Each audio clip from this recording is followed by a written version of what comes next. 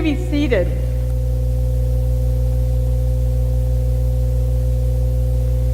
We begin today the season of Lent, but we also have been in a season in which we are talking about disciples' beliefs and identities. And so today, as we look at this gospel from Mark, this passage, I want us to take the passage and the meaning of this passage and superimpose it upon the identity statement that we have as the disciples of Christ. That first part of that identity statement says we are disciples of Christ, a movement for wholeness in a fragmented world. It doesn't take much to see where there's fragmentation all around us. It doesn't take much to see where there is brokenness. So now go with me as we look at the Gospel of Mark.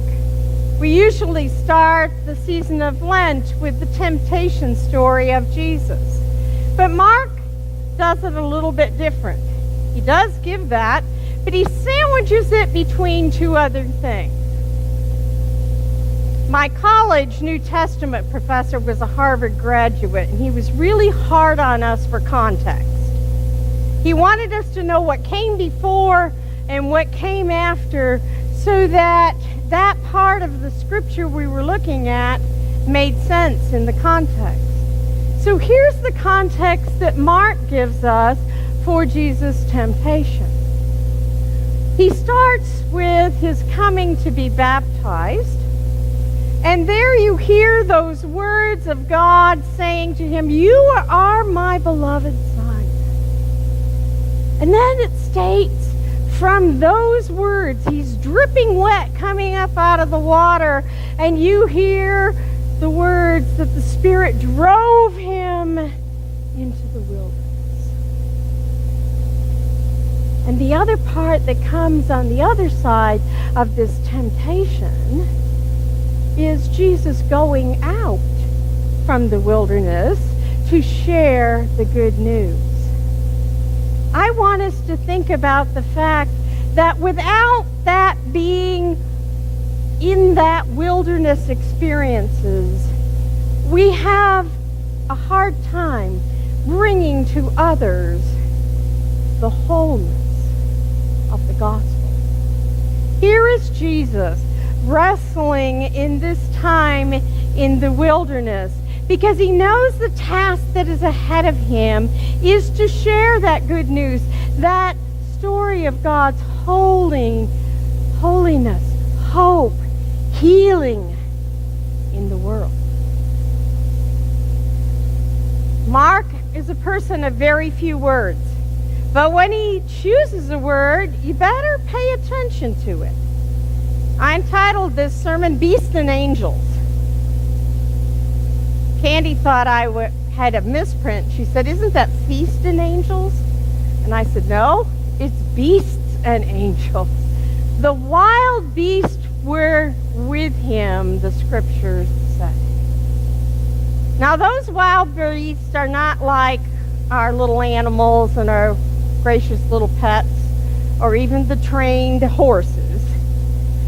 These are wild beasts.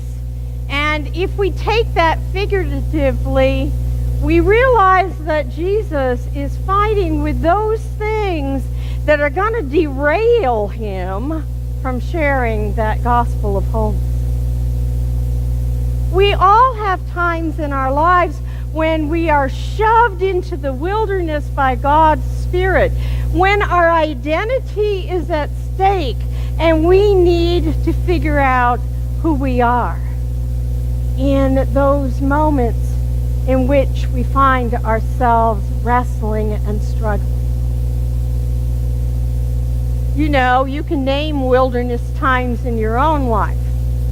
You can name the kinds of beasts that come upon us that would derail us and shake us up and keep us from being the people that we are to be. And sometimes we have to look at those and know that for wholeness to come, we have to deal with it.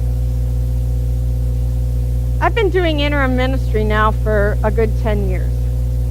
And one of the times that I went to a congregation, I thought I knew what we were going to be up against and what we were going to deal with in those times. They had a kind of typical scenario of a pastor who had suddenly resigned, only been there a few months, following a pastor who'd been there 21 years. I kind of thought I knew what was coming ahead. I had been there less than 2 months when we lost 3 other staff in 2 days.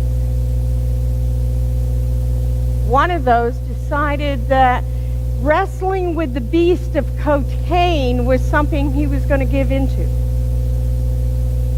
And so he chose not to do rehab and to leave.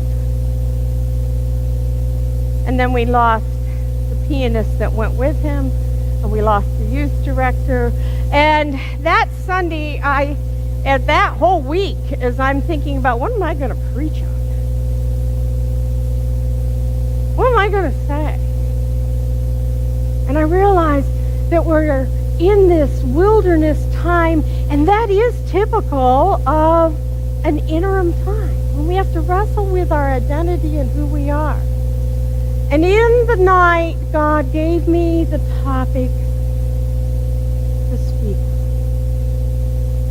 I walked into the church, didn't know that those 3 staff were gone. And I said, on Sunday morning, last Sunday, we had Humpty Dumpty sitting on the wall, and he was in great shape. This Sunday, Humpty Dumpty has fallen off and it's broken all in smithereens. And now we have to figure out how to put it all back together again.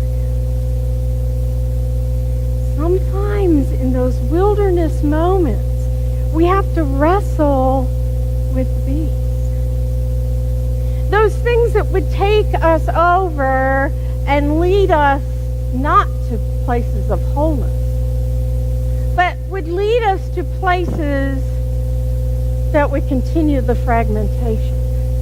I can imagine Jesus wrestling with all of those things that would have been a whole lot easier to do.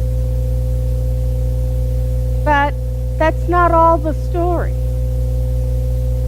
We're not left alone ever to wrestle with the beasts of our lives, whether that's an individual wrestling, a congregational wrestling, a wrestling with the whole world that's fragmented. We're not left alone. The scripture says, and the angels were with him, and the angels ministered unto him. Angels simply mean the messengers of God. And we have to pay attention to the messengers of God that come into our lives to share wisdom and grace and peace in a way that maybe we can't see for ourselves. Years ago, I had a surgery that went very, very wrong. And from that time, another surgery to try to keep me alive. And I became angrier and angrier and angrier at that position. And to the point I was so angry that it was beginning to just eat at me for everything that I did.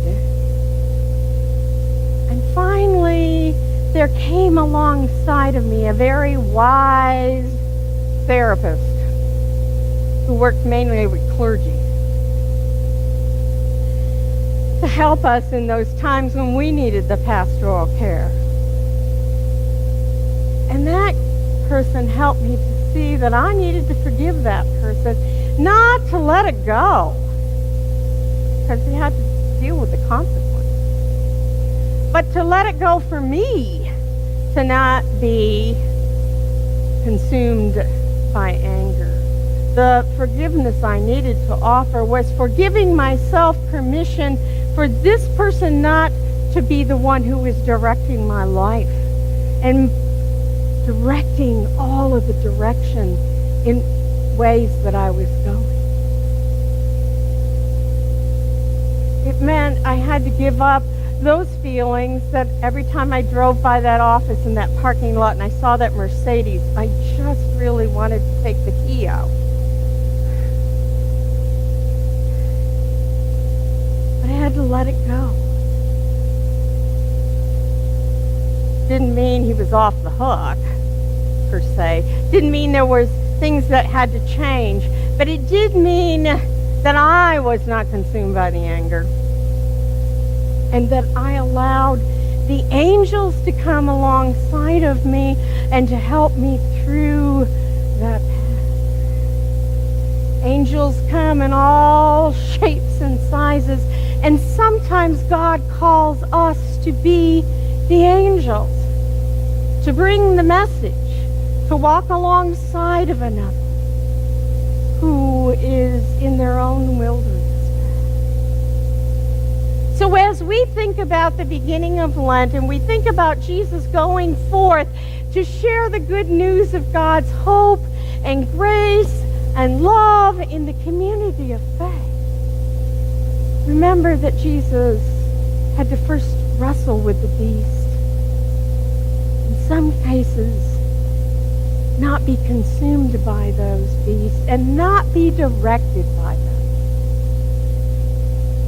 And allow the angels of God to minister to him and give him guidance and direction. And then Jesus emerges from the wilderness where he goes forth